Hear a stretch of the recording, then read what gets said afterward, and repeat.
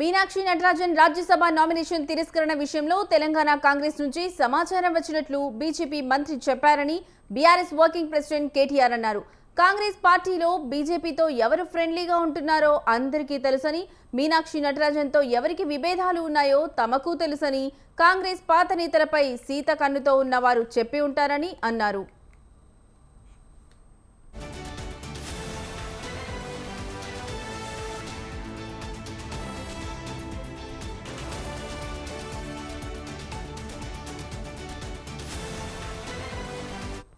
CM Revanth Reddy మరో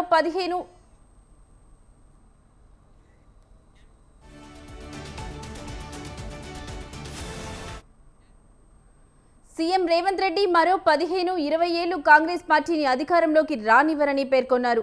హైదరాబాద్లో strategic నాలా డెవలప్మెంట్ ను అమలు చేసి వరదల నుంచి విముక్తి కల్పించింది బీఆర్ఎస్ ప్రభుత్వం అన్నారు. ఎల్ఎన్టీసీఎఫ్ ను బెదిరించి మెట్రోను లాక్కున్నారని కేటీఆర్ చిట్చాట్లో విమర్శించారు. మోదీ 12 ఏళ్ల పాలనతో సామాన్య ప్రజలకు ఏం జరిగిందని ప్రశ్నించారు.